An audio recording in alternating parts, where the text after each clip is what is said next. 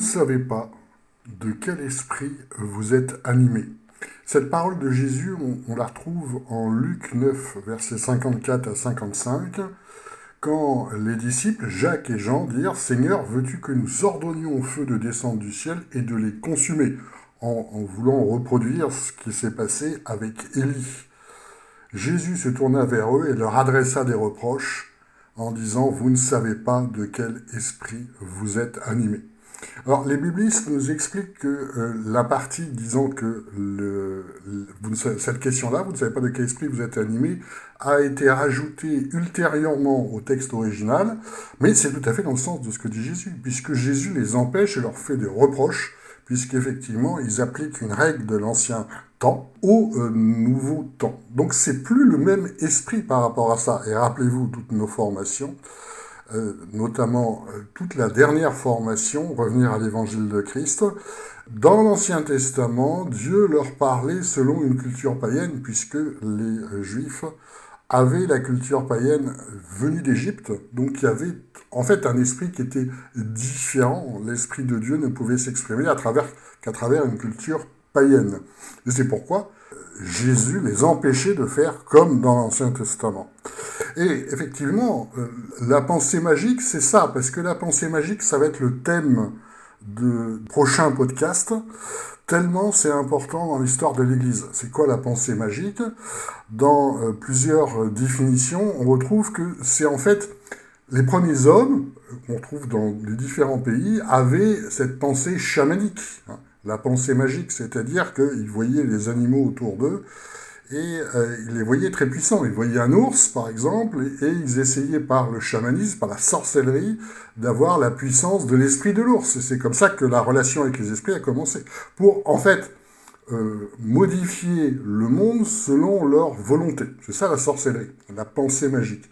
Et la difficulté, c'est qu'on retrouve cette pensée magique en permanence dans le fonctionnement d'Église et dans la pensée des théologiens. C'est pour ça que c'est très important d'approfondir cette question. On va le voir sur ce podcast aujourd'hui, mais également sur d'autres podcasts, tellement cette pensée magique, le fait de faire quelque chose pour obtenir quelque chose d'autre, qui est le chamanisme, la sorcellerie, les rites païens, mais qu'on retrouve exactement à l'identique dans le fonctionnement de l'Église, contrairement au modèle que nous montre Jésus. On va prendre un exemple très simple.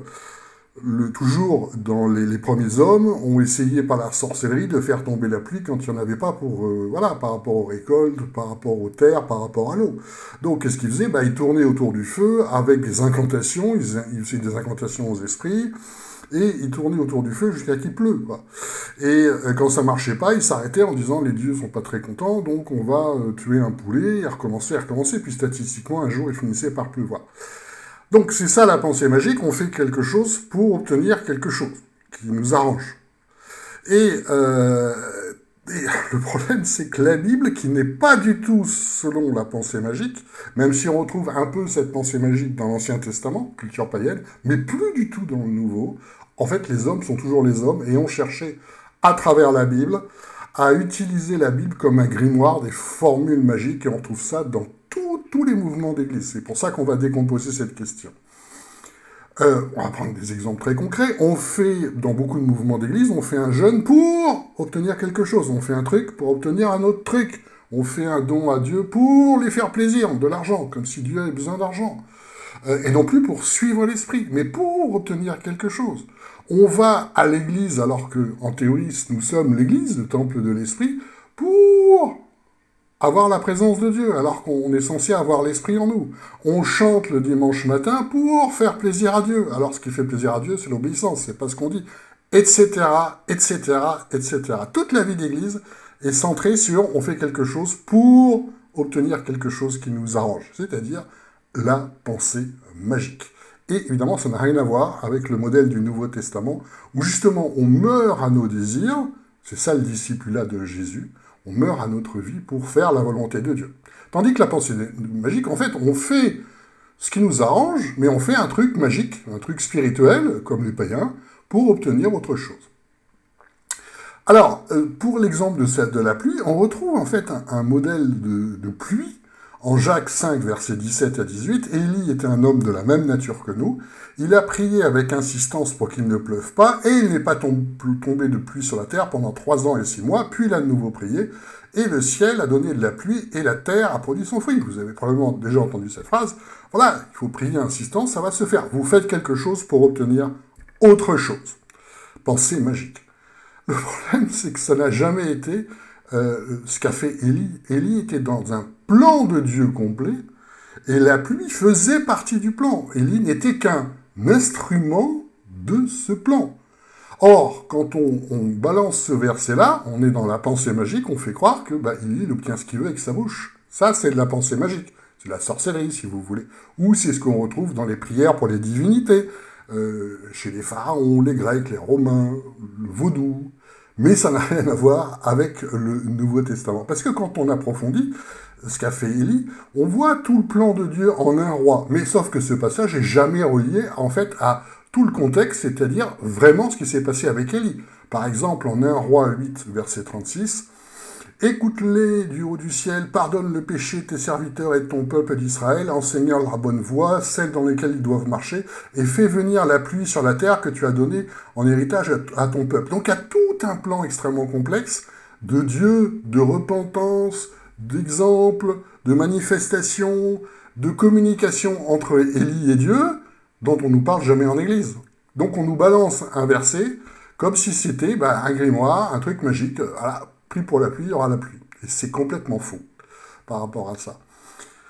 Et la pensée magique, telle que, est considérée comme démoniaque dans le Nouveau Testament, très clairement. Il est en Matthieu 4, versets 1 à 4. Jésus fut emmené par l'Esprit dans le désert pour être tenté par le diable. Après avoir jeûné 40 jours et 40 nuits, il eut faim. Le tentateur s'approche et lui dit, « Si tu es le Fils de Dieu, ordonne que ces pierres deviennent des pains. » Voilà. Donc, change les choses selon ce qui t'arrange. Et Jésus répondit, « Il est écrit, l'homme ne vivra pas de pain seulement, mais de toute parole qui sort de la bouche de Dieu. » Donc, Jésus dit, c'est complètement faux. Hein. Toi, tu veux nous introduire dans la pensée magique, alors que nous devons faire la volonté de Dieu et pas la nôtre, selon le modèle de Jésus. Certains sur ce passage-là, vont dire, ah oui, il a jeûné 40 jours et 40 nuits, et après il s'est passé des choses par rapport à son mystère, donc je vais faire pareil. Et là aussi, on ne tient pas du tout compte du fait que Jésus fait, en fait, selon la tradition rabbinique, avant de rentrer dans leur fonction de rabbin, les rabbins faisaient ça, le jeûne de 40 jours et 40 nuits pour les affermir dans la foi. Donc et ça n'a jamais été un enseignement de Jésus fait comme moi par rapport à ça, bien au contraire. Donc là, c'est purement symbolique. Mais là, voilà, pensée magique, on fait ça pour obtenir ça. Et là, on est dans la pensée magique, et c'est jamais le bon esprit, exactement ce pourquoi Jésus reproche ça à ses disciples. La difficulté, c'est que si on commence à faire comme Jésus, à l'imitation de Jésus, c'est-à-dire qu'on meurt à notre vie d'homme pour vraiment obéir à Dieu, et pas selon nos désirs, il n'y a plus grand monde dans les églises. Hein. C'est ça la réalité. C'est parce que la foi chrétienne s'est transformée en on fait quelque chose pour obtenir autre chose. Parce que c'est ça ce que veulent les hommes, et c'est ça ce qui remplit les églises, ou tout culte païen, ou toute autre spiritualité. Ça marche très bien. On fait quelque chose pour obtenir autre chose, base de la sorcellerie.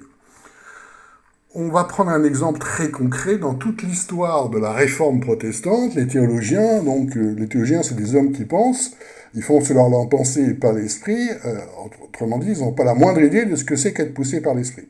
Donc, ils ont fait comme les hommes font, c'est-à-dire qu'ils cherchent dans la Bible des formules qui leur permettent de fonctionner. Voilà. Ils ont pu trouver, les réformateurs, un texte qui les arrangeait, comment on peut faire pour prêcher, esprit ou pas, et que ça marche. Ils ont trouvé Ésaïe. Ésaïe 55, 10, 11. Car comme la pluie et la neige descendent des cieux et n'y retournent pas, qu'elle n'ait abreuvé, fécondé, fait verdir la terre, et n'ait donné la semence au semeur et le pain à celui qui mange, il en sera de même de ma parole qui sort de ma bouche, elle ne reviendra pas à moi sans effet, après, sans avoir exécuté ce que j'ai voulu et accompli ce pourquoi je l'ai envoyé. Donc, alors, ils font comme d'habitude, ils prennent le verset qui les arrange pour faire quelque chose, pas par l'esprit, pensée magique, on fait ça pour obtenir ça, on prêche pour, et non pas on écoute l'esprit qui va faire. Non, pas du tout. On prêche pour faire quelque chose. Et c'est ça toute la pensée magique. Et au jour d'aujourd'hui, c'est toujours le fondement dans les facultés de théologie de dire faut prêcher la parole, entre guillemets, joyeux mélange entre l'Ancien et le Nouveau Testament, alors que c'est plus du tout le même fonctionnement, pour dire mais Dieu agira à partir de ce que tu dis, pensée magique. Et ça reste le fondement du fonctionnement des églises. Et tout le monde qui va dans une église s'aperçoit que ça marche pas du tout. Prêche ou pas prêche, ça change pas grand-chose, effectivement. Donc, ils ont fait comme d'habitude, le grimoire magique, on prend une formule magique qui nous arrange, et on fait ça pour obtenir ça. Sauf que, et on n'est jamais selon l'esprit, mais toujours selon nos désirs. On veut changer les choses, il suffit de prêcher. Le contexte, bien sûr, nous montre que ce passage n'a jamais voulu dire ça. Pourquoi? Parce que c'est tout, là aussi, tout un contexte. Voilà ce que, en Ésaïe 55, juste avant, versets 9 à 10.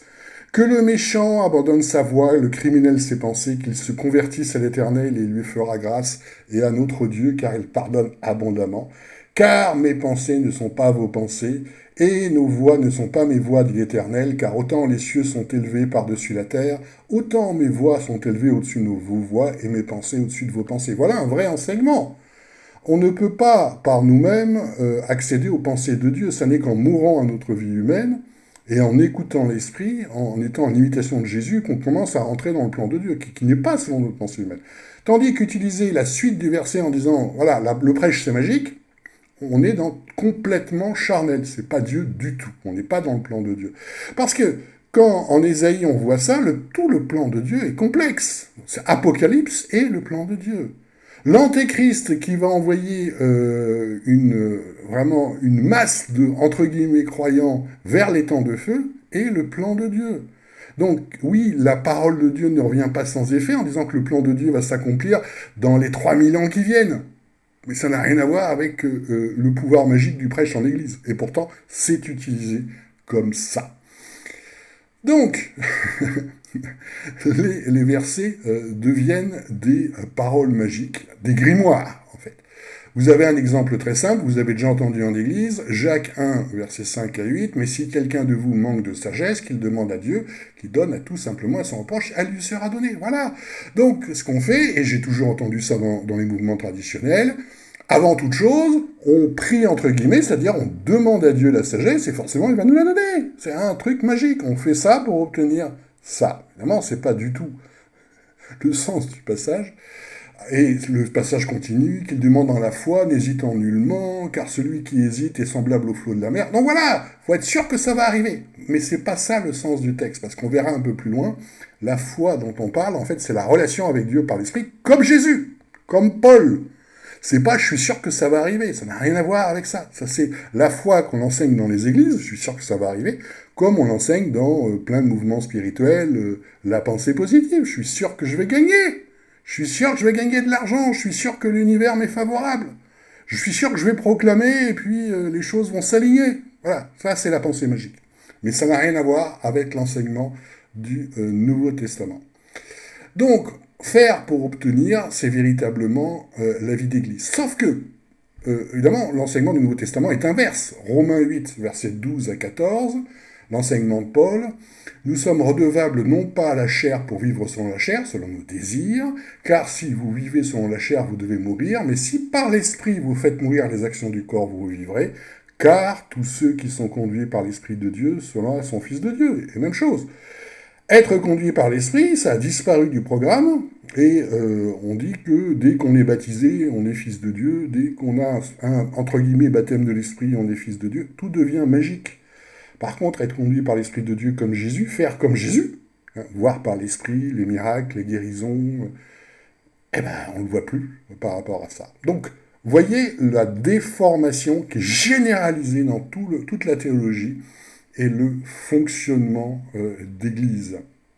Et en Romains, continue, vous avez souvent entendu cette parole-là, si en Romains 10, entre le verset 8 et 21, « Si tu reconnais publiquement de ta bouche que Jésus est le Seigneur, et si tu crois dans ton cœur que Dieu l'a ressuscité, tu seras sauvé. » Ouais, donc c'est bon.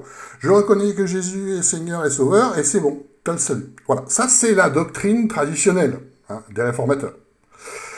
Calvin, par exemple, et qui est une aberration, effectivement, mais il fait la même chose que tous les hommes, il cherche la formule magique dans le grimoire.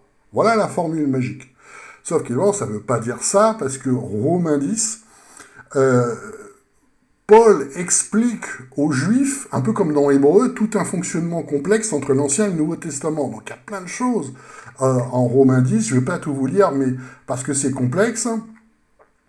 Et ça finit notamment dans les passages de Romains 10. Ainsi, la foi vient de ce qu'on entend, vous l'avez entendu 20 fois ou 50 fois, et ce qu'on entend vient de la parole de Dieu. C'est faux, parce que le passage, en fait, dit de la parole de Christ. Ils ont transformé la parole de Christ en parole de Dieu, en disant, de toute façon, Christ est Dieu. Donc ça leur permet de citer n'importe quel verset, comme tout à l'heure, Ésaïe, c'est bon, Ésaïe, ça marche. Non, Ésaïe, ça marche plus. Jésus nous dit que ça marche plus, justement, par rapport à ça. Et ce passage, ce qu'on entend, vient de la parole de Christ. La parole de Christ, dans le sens, tous les enseignements de Jésus, le fait de marcher par l'Esprit, c'est complexe. La foi, c'est pas... comment dire ? La foi, c'est pas juste une foi aveugle, on va le voir plus loin, et c'est certainement pas on prêche et ils obtiennent la foi, et tous les réformateurs ont dit ça tout le temps, puisque la foi vient de la parole de Dieu, donc il suffit de prêcher pour qu'ils obtiennent la foi. Ah ben non, parce que l'esprit a disparu de ce processus-là, et tout se passe par l'esprit. Et c'est pas la parole de Dieu, mais bien la parole de Christ, ce qui change tout. Le modèle de Christ, si vous voulez, d'accord ? Donc, alors, les passages continuent, Paul explique au sujet des Juifs, au sujet d'Israël, il dit « À longueur de journée, j'ai tendu mes mains vers un peuple désobéissant et rebelle. » Donc, c'est pas le moment de reprendre le modèle du peuple juif. Un peu avant, Romains 9, versets 24 à 29, par exemple, voilà, un passage, Ésaïe de son côté s'écria au sujet d'Israël, même les Israélites de par leur nombre étaient pareils au sable de la mer, un reste seulement sera sauvé, ce qui est tout à fait vrai. Ce passage d'Ésaïe est juste, on le trouve dans le Nouveau Testament, reste juste, puisqu'on retrouve effectivement les 144 000 descendants des tribus d'Israël dans le Nouveau Testament. Donc un reste, un petit reste. En effet, le Seigneur accomplira pleinement et rapidement sa parole sur la terre. Donc voilà la vraie explication d'Ésaïe, effectivement, qui est donnée par Paul. Ça veut dire que le plan de Dieu va se faire, effectivement. On va retrouver un reste de la tribu d'Israël, les 12, dans Apocalypse. C'est juste ce que veut dire le passage. Mais, pensée magique, ils l'ont transformé en disant, voilà, tout ce qu'on va dire en prêchant, ça va marcher. Et dans ce passage-là, quand il dit sauver, c'est bien sûr rien à voir avec le salut, c'est toujours selon être sauvé du péché. Là, en fait, on va le voir, et c'est plus loin, en fonction de ce que nous dit Jésus. Mais la pensée magique dit, voilà, ça y est, le salut, c'est fait. Donc, invoquer, c'est avec la bouche, etc., etc. Alors qu'invoquer, en fait, on trouve très peu dans le Nouveau Testament, puisque c'est beaucoup plus dans l'Ancien, on trouve que 2 fois par rapport à ça. Évidemment, c'est pas une pensée magique, c'est juste pour parler à des Juifs, pour qu'ils comprennent, comme dans Hébreu, c'est un contexte, là encore. Donc, on va continuer par rapport à ça. Galates 5, versets 16 à 17, ce qui est vraiment le fondement du Nouveau Testament. Je dis donc, marchez par l'esprit, vous n'accomplirez point les désirs de la chair, car la chair a de désirs contraires à ceux de l'esprit. C'est le modèle de Jésus, la base du discipulat, mourrez à votre vie d'homme. Hein. Celui qui ne haït pas sa famille ne peut être mon disciple. Et celui qui ne haït pas sa vie ne peut être mon disciple. C'est ça le fondement. Et ce fondement-là est toujours sauté, parce que c'est compliqué. Ce qui remplit les églises, c'est pas le fondement de Jésus. Ce qui remplit les églises, c'est qu'on fait en fait ce qui arrange la chair, en fait. Hein. D'où la pensée magique. Et donc le texte continue, l'esprit en a de contraire à ceux de la chair, et ces 2 choses sont opposées l'une à l'autre, afin que vous ne fassiez point les choses que vous voudriez. Afin que vous ne fassiez point les choses que vous voudriez. Donc quand tout part de votre volonté, je veux être... par exemple, je veux que Dieu me guide. Donc tu dis à Dieu qu'il faut qu'il te guide. Mais si Dieu le sait, que tu n'es pas capable d'entendre au jour d'aujourd'hui, parce que tu n'es pas assez renouvelé par l'Esprit et l'enseignement du Nouveau Testament, il ne va pas te parler. Mais donc tu veux obliger Dieu à te guider. J'entends ça tout le temps. Donc c'est pareil, ça part de « je veux » et je dis à Dieu de le faire. C'est intéressant. Et c'est pourtant ça, c'est ça la pensée magique. Oui, mais j'ai dit à Dieu de me guider. J'ai dit à Dieu de m'avertir si je sors du chemin. Ah bah, Dieu, il n'était pas assez intelligent pour comprendre qu'il fallait qu'il t'avertisse, et t'as raison de lui dire. Et c'est pas ce que tu penses en plus. Il faut que tu lui dises « je veux ». C'est tellement important pour lui. Rappelez-vous l'enseignement de Jésus, votre Père sait ce dont vous avez besoin. S'il te dit pas, c'est que tu n'es pas capable d'entendre. C'est juste ça. Mais on a transformé ça en pensée magique. J'ai dit à Dieu qui me guide, j'ai dit à Dieu qui m'alerte s'il y a un problème. J'ai entendu ça récemment en accompagnement. Donc, c'est toi qui dis à Dieu, tu fais mal, je te dis comment il faut faire. C'est ça le principe. Donc, Jacques 4, versets 3 à 4, quand vous demandez, c'est ce que nous dit Jacques, vous ne recevez pas parce que vous demandez mal dans le but de satisfaire vos passions. Adulteurs que vous êtes, ne savez-vous pas que l'amour pour le monde est synonyme de haine contre Dieu ? Celui qui donc veut être l'ami du monde se fait l'ennemi de Dieu. Si on fait selon nos désirs, selon le monde, selon les structures païennes, on est ennemi de Dieu. C'est ce pourquoi, quand l'adversaire dit à Jésus « transforme ces pierres en pain », Jésus dit non. Mensonge, on doit faire la volonté de Dieu. On a des dizaines d'exemples, c'est pour ça qu'on fera d'autres podcasts sur ce sujet-là, parce que c'est vraiment central. Est-ce que la prière de guérison est magique ? À entendre beaucoup, oui.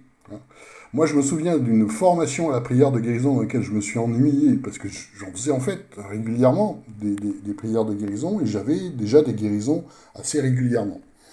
Et j'entendais un gars qui expliquait qu'il avait un don de guérison, et qui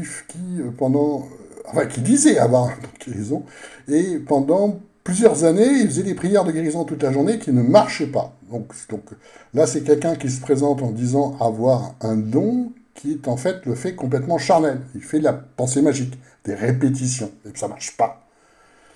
Et quand il dit être entré dans son ministère, c'est pas un ministère, hein, c'est un don, déjà, et ça fait partie de tout un ensemble. Bon. Mais bon, il disait de s'entrer dans son don de guérison, son ministère, il disait qu'il avait 5% de guérison. 5% de guérison, ça fait 95% de fois où il a prié pour rien. C'est pas dans l'esprit. Déjà à l'époque, alors que je débutais complètement et je faisais à distance, mon taux moyen était de 35%. Aujourd'hui, je dois être à 80%. Donc il n'a aucun don, parce qu'il ne s'y fait pas par l'esprit, en fait. Et c'est ça. On fait rien de magique. Mais c'est pas la prière de guérison qui est magique, c'est le fait d'écouter l'esprit qui nous permet de faire les choses. D'ailleurs, Jésus ne nous dit jamais « ma prière est magique ». Ma prière est puissante. Jamais. Luc 17, 19, il dit quoi ? Et il lui dit, lève-toi, ta foi t'a sauvé. Marc 5, 34, ma fille, ta foi t'a sauvé. Marc 10, 52, et d'autres.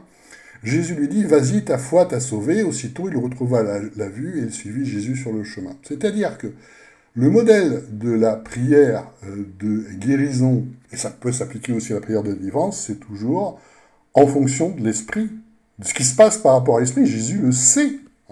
C'est rien d'un automatique et il n'y a pas de prière magique.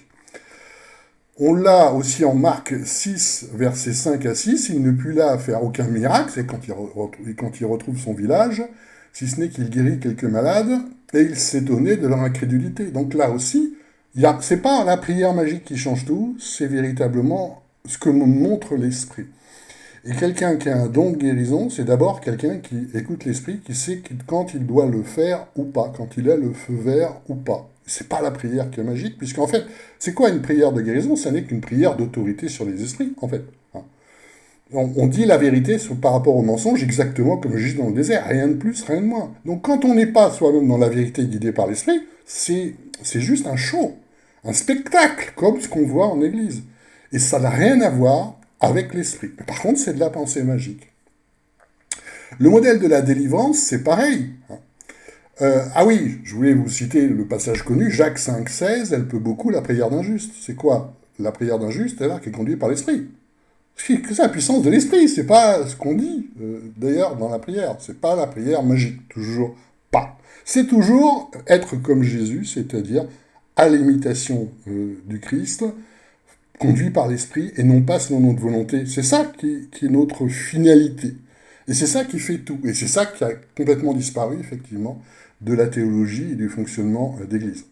La délivrance, c'est pareil. La délivrance, c'est pas des grandes prières magiques, soi-disant au nom de Jésus. Je rappelle qu'au nom de Jésus, ça veut dire selon la volonté de l'Esprit, selon le modèle de Jésus, selon les 3 enseignements de Jésus, selon. C'est certainement pas une formule magique. Et on a la délivrance faite par Jésus en Luc 22, 31, 32. Le Seigneur dit, Simon, Simon, voici Satan vous a demandé pour vous cribler comme le blé, mais moi j'ai prié pour toi. Donc qu'est-ce qu'a fait Jésus? Il a vu dans l'esprit, c'est ça l'autre modèle, puis il a pris autorité sur l'adversaire, comme ce qu'on fait dans les prières de guérison ou de délivrance. Il a dit la vérité contre le mensonge. Donc c'est un très bon modèle, parce que tout se passe par, est-ce que tu vois ce qui se passe? Quand tu ne vois pas, Dieu ne montre pas ce qui se passe, la prière de délivrance, c'est juste une répétition, ça sert à rien. Ou alors, c'est des manifestations d'esprit dans tous les sens, les gens tombent, les gens se coulent par terre, les gens vomissent, mais il n'y a pas vraiment de délivrance, parce qu'on n'est pas sur la base de modèle de Jésus, c'est-à-dire vérité contre mensonge, et surtout la relation avec l'esprit. Je répète, la délivrance, c'est pas un ministère, c'est toujours pas un don, puisque c'est pas dans le Nouveau Testament comme don, c'est juste une application du don de prophétie, si on veut, parce qu'on voit ce qui se passe, Dieu nous montre, c'est toujours une relation avec l'esprit, puis on commence à pouvoir faire quelque chose. Mais c'est toujours combat de vérité contre mensonge, comme Jésus dans le désert. On peut retrouver ça dans toutes nos formations, mais c'est tellement important. Ça n'a rien à voir avec un truc magique par rapport à ça.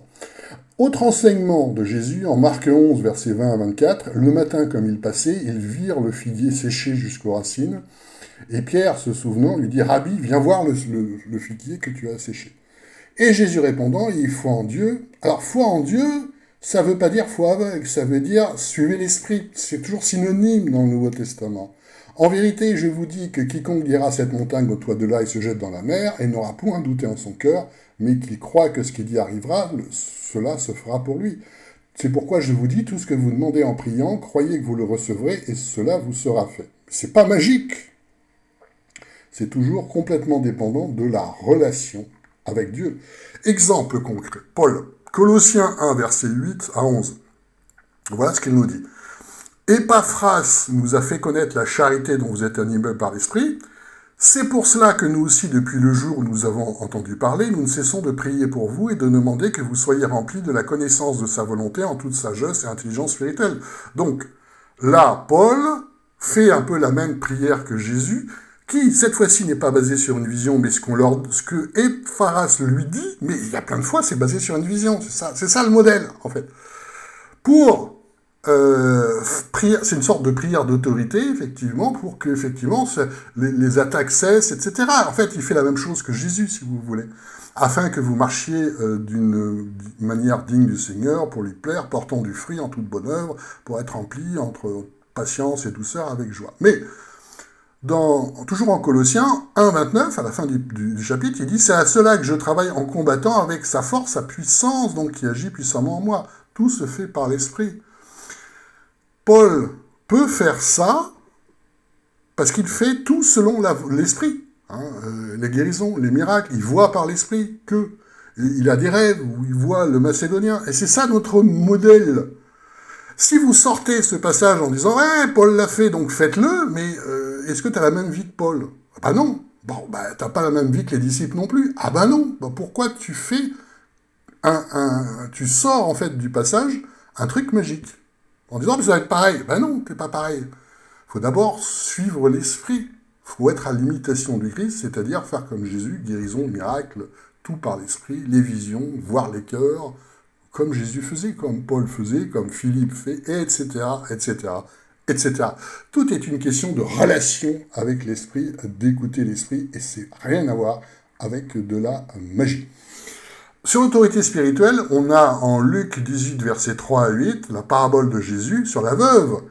Il y avait une veuve qui venait vers le juge unique, « Fais-moi justice de ma partie adverse ». Il ne voulait pas, mais après cela, il dit en lui-même, et c'est là la partie la plus importante, celle que cite Jésus, « Quand même, je ne crains pas Dieu », donc ça n'a rien à voir avec Dieu, « Je n'ai pas d'égard pour personne », donc c'est vraiment méchant, c'est l'adversaire, « Néanmoins, parce que cette veuve m'importune, je lui ferai justice, de peur qu'elle ne vienne à la fin me rompre la tête. » Or, le Seigneur dit, écoutez ce que dit le juge injuste. Donc après, Jésus nous parle de la justice de Dieu, mais on voit bien que là, il nous parle de quoi? Une autorité Là, c'est une prière d'autorité sur l'adversaire. En fait, c'est la même prière que Jésus, prière d'autorité sur l'adversaire. Puisque c'est à force, on réclame la justice de Dieu. Et vous voyez qu'elle n'a rien à voir avec quelque chose de magique. C'est pas parce que vous allez répéter une prière que ça va marcher, tout dépend de votre relation avec Dieu, du nombre de fois où l'Esprit vous parle dans une journée, où là vous êtes vraiment conduit par l'Esprit, où vous avez toutes les visions. Et tout part de là. Modèle de Jésus, j'ai vu, puis j'ai prié. J'ai vu, puis j'ai prié. C'est vraiment ça, le modèle. La foi n'est pas aveugle, contrairement à ce qu'on nous raconte en Église. Pourquoi? Parce que personne ne fait ça. On a tous besoin de preuves, en fait. Même ceux qu'on dit, Abraham, la foi aveugle, il veut tuer son fils. C'est faux. Ça, c'est un passage. Mais Abraham, il y a toute une relation avec Dieu. Abraham a eu des dizaines de preuves avant. Il n'y a personne qui veut étrangler et qui veut écorcher son fils comme ça. Il faut des preuves avant. On est tous pareils par rapport à ça. C'est pas la foi aveugle, c'est une question de relation avec Dieu, et ce qui est chanté systématiquement en Église. Évidemment, la relation avec Dieu, elle n'est plus là. Abraham, Genèse 15, versets 7 à 11, et il lui dit « Je suis l'Éternel qui t'a fait sortir de ce pays afin de te donner le pays pour le posséder. » Et Abraham dit « Ah oui, Seigneur, je suis d'accord ?» Pas du tout. Abraham dit « Je te crois pas. » Et il lui dit, Seigneur éternel, à quoi connaîtrai-je que je te le posséderai? Et là, Dieu lui donne une confirmation, une preuve, va me prendre une génisse, une chèvre, il a amené ses animaux, etc., etc. Chaque moitié l'un à l'autre. Et en Genèse 15, 17, confirmation, annoncée par Dieu à l'avance, et lorsque le soleil fut couché et que la nuit fut venue, voici une fournaise fumante et un brandon de feu passés entre les animaux partagés. Et ce passage-là, vous allez retrouver en fait plusieurs prophètes qui sont présentés comme « Regarde la foi aveugle », alors qu'on voit en fait que dans tout le reste du passage, il y a des dizaines de relations de confirmation avec Dieu comme nous faisons. C'est pas une foi aveugle dont on parle. La foi, dans le sens biblique, en particulier du Nouveau Testament, c'est toujours écouter l'Esprit, comme le fait Jésus. Cette relation puissante, comme Jésus, comme Paul, ce que nous devons avoir. On va finir avec 2 Corinthiens 5, versets 16 à 17. « Dès maintenant, nous ne connaissons personne selon la chair, c'est-à-dire tout par l'Esprit. » C'est ça le fondement, comme Jésus, comme Paul, comme ton autre. Et si même nous avons connu Christ selon la chair, maintenant nous ne le connaissons plus ainsi. Si donc quelqu'un est en Christ, il est une nouvelle créature.